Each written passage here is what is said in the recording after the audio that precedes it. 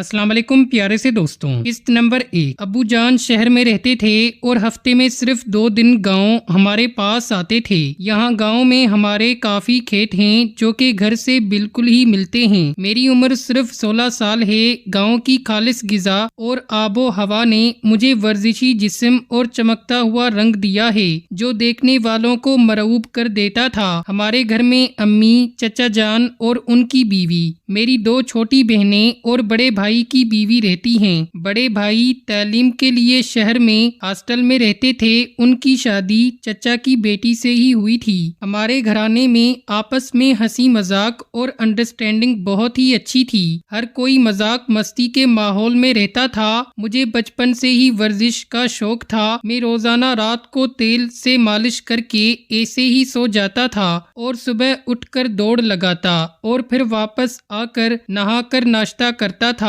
नाश्ता चच्ची जान बनाया करती थीं और भाभी दोपहर का खाना, जबकि मेरी दोनों बहनें रात का खाना बनाती थीं। दिन ऐसे ही गुजर रहे थे। मैंने स्कूल की तालीम मुकम्मल की और कॉलेज की तालीम के लिए शहर आ गया। यहाँ आकर मुझे अंदाजा हुआ कि जवानी क्या चीज होती है। गाँव में हर चीज पाक साफ थी। कोई गंदा ख्याल जहन में नहीं आता था, जबकि हमारे गाँव के दूसरे घरों में भी आना जाना नहीं था। यहाँ शहर में तो हर तरफ हर लड़का लड़की को ऐसे घूरता जैसे कि वो उसकी अपनी मिल्कियत हो। मेरी बदकिस्मती के मुझे भी कुछ ऐसे ही दोस्त मिले जो कि जिस्म के भूखे थे और हफ्ते में एक बार किसी लड़की को अपने बिस्तर तक लाते थे। उन्होंने मुझे भी साथ शामिल करना चाहा, मगर अभी मेरा टाइम नहीं आया था, इसलिए मैं बचता रहा। इसी दौरान मुझे इंटरनेट की दुनिया की लत पड़ी, जहां मुख्तलिफ वेबसाइट्स देखने में गुजरती थीं और उन्हीं ने मुझे आहिस्ता आहिस्ता गंदे कामों का आदी बनाना शुरू कर दिया।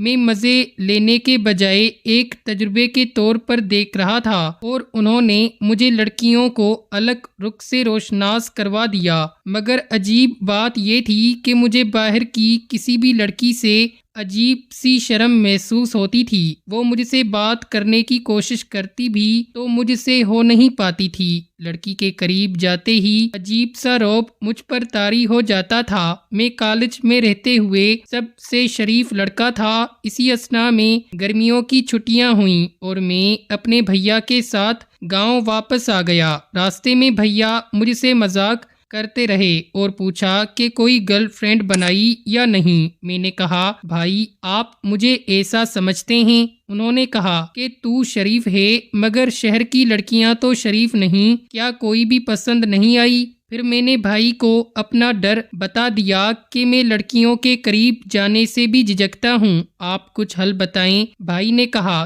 कि जब वापस शहर आएंगे तो मैं अपने कुछ दोस्तों से मिलवाऊंगा, वही तेरी शर्म दूर करेंगे। ऐसे ही बातें करते हम घर पहुँचे। सब लोग बेसब्री से इंतजार कर रहे थे। खाने की टेबल पर हंसी मजाक होता रहा। हम थके हारे थे, इसीलिए जल्द ही सोने के लिए लेट गए। रात को करीब 2 बजे मेरी आंख खुली और मैं पानी पीने नीचे किचन में आने लगा। घर की सेटिंग कुछ यूं है कि मैं भाई, भाभी और चचा चाची का कमरा ऊपर फर्स्ट फ्लोर पर है, जबकि नीचे वाले फ्लोर पर अम्मी, बहनें और किचन बना है। ऊपर भाई के कमरे के सामने से गुजरते हुए मुझे अजीब सी आवाजें सुनाई देने लगी, सरगोशियों में बातें और हंसी मजाक की आवाजें। मैं समझ तो गया था, मगर फिर भी कोशिश करके दरवाजे की झिरी से झांकने लगा। अंदर झांका तो देखा कि भैया बेड से टेक लगाए लेटे हुए हैं। बेड दरवाजे के बिल्कुल सामने ही था और भाभी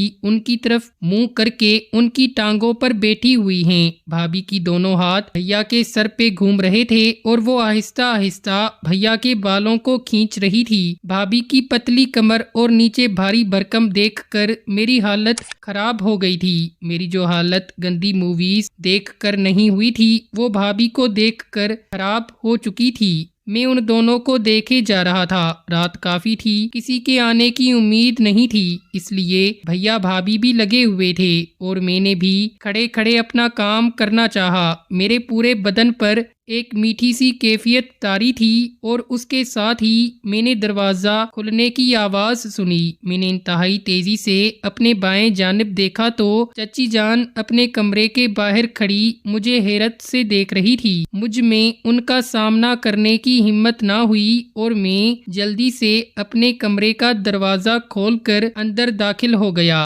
अंदर आकर पहले तो मैं सोचता ही रहा कि ये मुझसे क्या हुआ है। एक तो भैया को देखना और फिर चाची का मुझे देख लेना। खुद पर हैरान हो रहा था कि ये क्या कर दिया है मैंने। कुछ देर तक ऐसे ही बिस्तर पर लेटे सोचता रहा। फिर यही ठीक लगा कि सुबह उठकर देखते हैं कि क्या होता है। अपना पुराना मामूल याद आया तो सरसों का तेल उठाकर नीचे चादर बिछाकर बैठा और मालिश शुरू कर दी। पूरे बदन की मालिश करते हुए अब मैं अपने खास अज़ू को खसूसी तवज्जा दे रहा था और मुझे हैरानी भी हो रही थी। शायद बचपन से की गई मालिश का असर था। मैंने कोई 1 घंटा लगाया और पूरे बदन की नरमी और सख्ती से मालिश की और वही चादर अपने बेड पर बिछाकर लेट गया। बेड पर लेटते ही दोबारा से भाभी मेरे सामने आ गईं। उनकी वो दोनों पोजीशन मुझे याद आ रही थीं। उनका गंदमी बदन, कमर पर बिखरे उनके काले बाल और जान लुटा देने वाले उनके चेहरे के तासरात। मैं खुद को भाभी के पीछे बैठा सोचते हुए मैं नींद की वादियों में गिरता चला गया। सुबह देर से आंख खुली, जल्दी से नहाकर नीचे उतरा तो सब डाइनिंग टेबल पर बैठे थे। मेरी डाइनिंग टेबल पर नजर पड़ी तो चची जान को वहां बैठे देखकर मेरी नजरें नीचे झुक गईं और मैं खामोशी से अपनी कुर्सी पर बैठ गया। भाभी अभी तक नहीं आई थीं। शायद रात की थकान अब तक नहीं उतरी थी। भैया वैसे ही हंसते मुस्कुराते हुए सबसे हाल चाल पूछ रहे थे। चची जान मुझे देखकर मुस्कुरा रही थीं और मेरी हालत खराब हो रही थी। अम्मी से कहने लगीं कि देखें ये शहर जाकर कितना कमजोर हो गया है, लगता है अपने खाने पीने का ख्याल नहीं रखता। और ये कहकर मेरी प्लेट में खाना डालने लगीं। मेरी बहनें भी मुझे चिढ़ाने लगी थीं कि अब इनकी शादी कर दें ताकि कोई ख्याल करने वाली आ जाए। नाश्ते के बाद चचा तो खेतों की तरफ जाने लगे और कहा अगर दिल करे तो चक्कर लगा लेना, अपनी जमीनें भी देख लो बेटा। थोड़ी देर में ही चाची चाय ले आईं और मुझे पकड़ाते हुए मेरे हाथ को टच किया ही था कि मेरे पूरे बदन में सनसनी सी फैल रही थी। चाची बहाने बहाने से मुझे तंग कर रही थीं। मैंने जल्दी से चाय खत्म की और अपने खेतों की तरफ चला गया। वहाँ पुराने दोस्त भी आए हुए थे।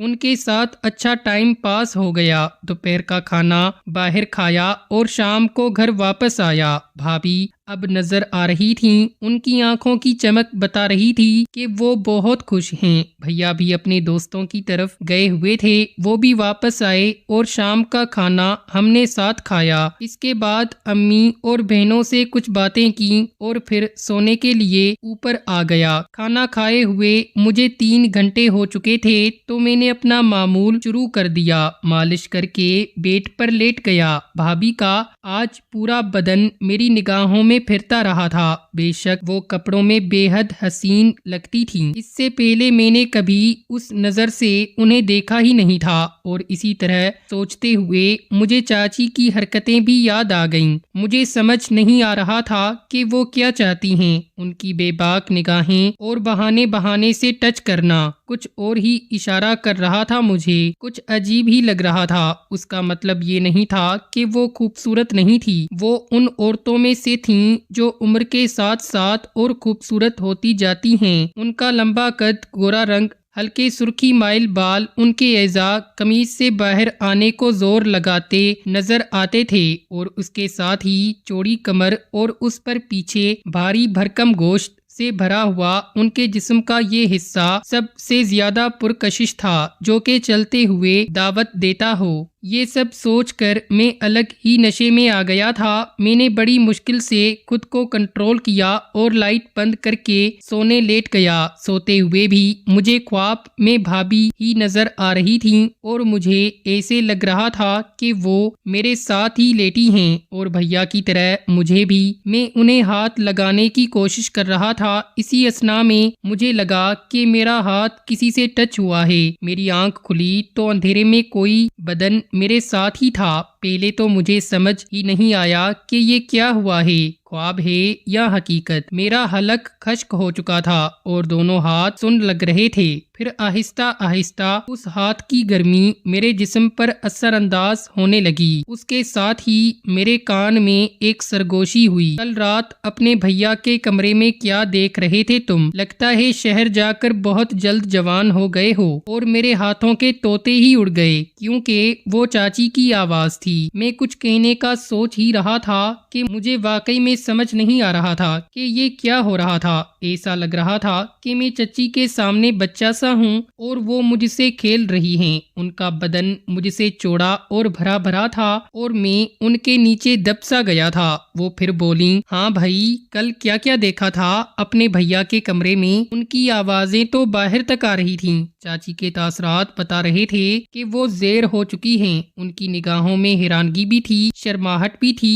और एक प्यास भी। चाची फिर पूछने लगी कि तेरा भाई तेरी भाभी को कर रहा था या वो तेरे भाई को? मुझे ये बात अजीब लगी। मैंने कहा, इसका क्या मतलब हुआ? फिर चाची ने बताया, कहा कि तेरे अब्बू और चाचा ने तेरे भाई की मर्जी के बगैर उसकी अपनी बेटी से शादी की। अब तेरा भाई उसे ठीक से खुश भी नहीं करता है, अक्सर हॉस्टल में रहता है। इस मर्तबा तेरे साथ पता नहीं कैसे आ गया। अपने भाई के बारे में ये बात सुनकर सारा सीन मेरे सामने गुजरता गया। भाभी खुद ही भाई से चिपकने की कोशिश कर रही थीं। मैं सब समझ चुका था। मैंने चाची को कहा कि मैं भैया से पूछूंगा, सुबह होने वाली है, चाचा कहीं ना उठ जाएं। मैं समझ गया रात देर हो गई थी। चाची ने कहा कि राजा यहाँ से जाने का दिल तो नहीं कर रहा, फिर भी जा रही हूँ। मैं उन्हें बाहर छोड़कर आया और बेड पर लेटकर सो गया। मैं रात को सोते हुए भी अजीब तरह के ख्वाब देख रहा था। भाभी मेरे आगे भाग रही थीं और मैं उन्हें पकड़ने की कोशिश कर रहा हूँ, और कभी मैं उनके आगे भाग रहा हूँ और वो मेरे पीछे। मैं मुड़ने की कोशिश करता हूँ मगर मुड़ नहीं पाता। इस तरह के ऊट पटांग ख्वाब देख देख कर सुबह उठा तो बहुत ज्यादा देर हो चुकी थी। तमाम घर वाले नाश्ता कर चुके थे। मैं नहाकर बाहर निकला तो अम्मी मेरे कमरे में आई हुई थीं और बड़ी फिक्रमंदी से मेरा हाल चाल पूछ रही थी। मैंने बताया कि सब खैरियत है, बस रात देर से नींद आई। अम्मी ने बताया कि तुम्हारे भैया को शहर से तुम्हारे अब्बू की कॉल आई थी और वो जल्दी में वहाँ चले गए हैं। मैं भी कुछ परेशान हो गया। अम्मी से कहा कि आप नाश्ता भिजवाएं और अब्बू को कॉल मिलाकर बात करने लगा। अब्बू ने बताया कि शहर में एक नया स्कूल खरीद रहा हूँ तो इसके लिए पैसे चाहिए थे, इसलिए पैसों और लिखत पढ़त के लिए तुम्हारे भैया को बुलवाया है। मैंने कहा कि अब्बू अगर मेरी जरूरत हो तो बताएं, मैं आ जाता हूँ। अब्बू मुस्कुराकर कहने लगे, नहीं बेटा, तुम जरा गांव की देसी चीजें दिल भर कर खाओ, क्योंकि फिर छुट्टियां खत्म हो जाएंगी। मैंने भी हंसते हुए कहा कि ठीक है अब्बू जान, आप खुश रहें। फोन बंद करके मैं रात वाले वाकये की तरफ सोचने लगा। जब दरवाजे के बाहर कोई साया हरकत कर रहा था, मैं डरा कि कहीं चाचा ना उठे हों और उन्होंने ना देख लिया हो। इतने में चाची मुस्कुराती हुई नाश्ता उठाए हुए कमरे में दाखिल हुई और कहने लगी, मेरा राजा उठ गया है, चल अपने हाथ से नाश्ता करवाऊं। मैं भी हंस पड़ा और कहा कि कल राजा की ख्वाहिश तो पूरी की नहीं है। चाची थोड़ा संजीदा होते हुए बोली कि राजा के लिए तो जान भी हाजिर है, मगर थोड़ा आहिस्ता हाथ रखो। मैंने नाश्ता शुरू किया तो चाची भी बड़ी गहरी निगाहों से मुझे देख रही थी। मैंने पूछा तो कहने लगी कि रात वाकई कयामत की थी। मैं तो सोच रही हूँ कि तेरी बीवी का क्या हाल होगा। मैंने कहा, वही हाल होगा जो रात आपका हुआ था। चाची की बातों से नहीं लग रहा था कि रात चाचा बाहर थे। अगर चाचा बाहर होते तो वो चाची से जरूर पूछते। चाचा मुझसे बहुत प्यार करते थे, मगर इसका मतलब ये नहीं था कि मुझे ऐसे छूट होती। मैं सोच ही रहा था कि चाची बोल उठी, आज रात चाचा बाहर खेतों में रहेंगे तो मैं जल्द ही आ जाऊंगी। मैं भी मुस्कुरा उठा और कहा, ठीक है, मैं इंतजार करूंगा। नाश्ते के बाद मैं बाहर निकल आया और नीचे जाकर डाइनिंग टेबल पर चाय पीने लगा। मेरी दोनों बहनें मुझसे बिल तरतीब एक साल छोटी थीं। एक 9वीं का इम्तिहान दे रही थी और एक 10वीं का। नीचे गया तो उनके कहके सुनकर उनमें गुम हो गया। हम उम्र होने की वजह से उनमें झड़पें होती रहती थीं, जिससे पूरे घर में रौनक रहती थी। मैं बहनों के साथ कुछ देर हंस खेलता रहा और फिर बाहर खेतों की तरफ चल पड़ा। वहाँ चाचा हस्बे मामूल काम में मसरूफ थे। आज रात खेतों में पानी की बारी थी, जिसकी वजह से ट्यूबवेल अभी से चल रहे थे। चाचा ने मुझे आवाज दी और कहा कि बेटा, शहर में ट्यूबवेल में नहाना तो मिस किया होगा। मैंने कहा, जी चचा जान, बिल्कुल। और फिर उनके इशारे पर अपने कपड़े उतारे और अंडरवियर पहने ट्यूबवेल में उतर गया। मेरा कसरती बदन देखकर चाचा भी हैरान रह गए थे, क्योंकि मैंने इतनी मेहनत का काम नहीं किया था, मगर बदन बता रहा था कि बहुत मेहनत कश का है। खूबसूरती से तुना हुआ, एक एक मसल्स उभरे हुए, पेट न होने के बराबर और चौड़ा सीना। मैंने पूछा, चाचा क्या हुआ? चाचा कहने लगे कि बड़ा खूबसूरत जिस्म है तेरा। अगर मेरी एक और बेटी होती तो तुझसे शादी करा देता। अचानक मुझे चाची की बात याद आ गई और मैं कह के उठा कि चाचा, पहली बेटी की शादी पर भैया की मर्जी तो पूछ लेते। चाचा एकदम गुमसुम हो गए और कहने लगे, बेटा, हम भाइयों में बड़ी मोहब्बत थी और हम नहीं चाहते थे कि बाहर शादी करें, इसीलिए ये कदम उठाया था, मगर अफसोस कि तेरे भाई को पसंद नहीं आया। मैं बातें करते हुए नहा भी रहा था। चाचा की बात सुन के मैं भी अफसोस महसूस करने लगा और चाचा से कहने लगा कि आप फिक्र ना करें, अब ये मेरी जिम्मेदारी है। मैं भाई को खुद मनाऊंगा और इस घर में दोबारा खुशियों की बहार आएगी। मैं नहाकर बाहर आया तो हमारे खेतों में काम करने वाले लोग बहुत सा गन्ने का खालिस रस, जो कि गुड़ बनाने का काम आता था, एक बाल्टी भर के ले आए। मैंने बाल्टी मुंह से लगाई और खाली कर दी। इस तरह मैं शाम तक वहीं मसरूफ रहा और रात का खाना खाने घर वापस आ गया। दोस्तों, मजीद देखें किस्त नंबर 2 में।